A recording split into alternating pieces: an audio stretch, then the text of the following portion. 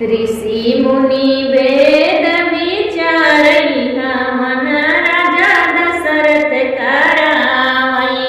ऋषि मुनि वेद विचारई हवन राजा दशरथ करावई।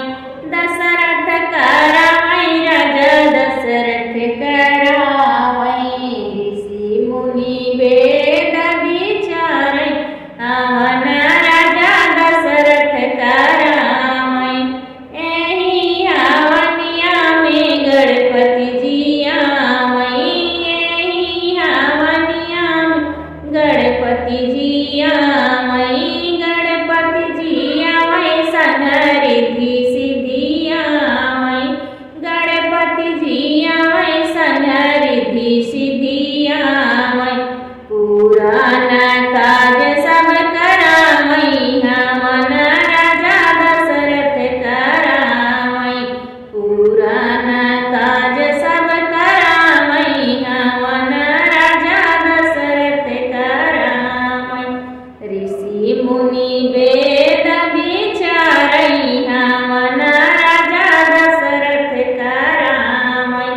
ऋषि मुनि वेद विचारई हवन राजा दशरथ करावई। एहि हवनिया में ब्रह्मा जी आवई। एहि हवनिया में ब्रह्मा जी आवई। ब्रह्मा जी आवई संग सरस्वती आवई। ब्रह्मा जी आवई संग सरस्वती आवई। ज्ञान के दीप जलावई हवन राजा दशरथ करावई। ज्ञान के दीप जलावई हवन राजा दशरथ करावई। ऋषि मुनि वेद विचारई हवन राजा दशरथ करावई। ऋषि मुनि वेद विचारई हवन राजा दशरथ करावई। एहि हवनिया में शंकर जी आवई। एहि हवनिया में शंकर जी आवई। शंकर जी आवई संग गौरा भी आवई। शंकर जी आवई संग गौरा भी आवई। सुहागिन के सिंदूरा बढ़ावई हवन राजा दशरथ करावई। सुहागिन के सिंदूरा बढ़ावई हवन राजा दशरथ करावई। ऋषि मुनि वेद विचारई हवन राजा दशरथ हवन राजा दशरथ करावई। ऋषि मुनि वेद विचारई हवन राजा दशरथ करावई। एहि हवनिया में कृष्ण जी आवई। एहि हवनिया में कृष्ण जी आवई। कृष्ण जी आवई संग रुक्मणी भी आवई। कृष्ण जी आवई संग रुक्मणी भी आवई। निर्धन के धनी बनावई हवन राजा दशरथ करावई।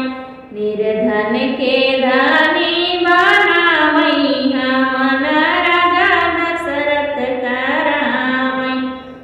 ऋषि मुनि वेद विचारई हवन राजा दशरथ करावई। ऋषि मुनि वेद विचारई हवन राजा दशरथ करावई। एहि हवनिया में विष्णु जी आवई। एहि हवनिया में विष्णु जी आवई। विष्णु जी आवई संग लक्ष्मी भी आवई। विष्णु जी आवई संग लक्ष्मी भी आवई।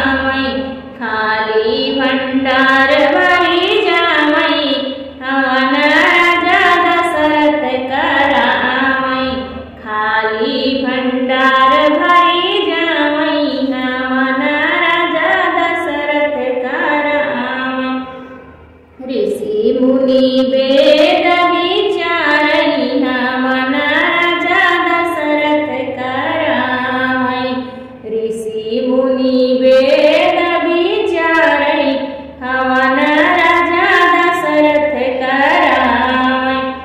एहि हवनिया में राम जी आवै, एहि हवनिया में राम जी आवै।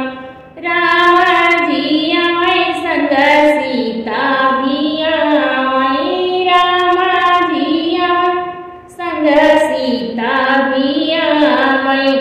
दुखवा कलेश सब मिटावै हवन राजा दशरथ करावै।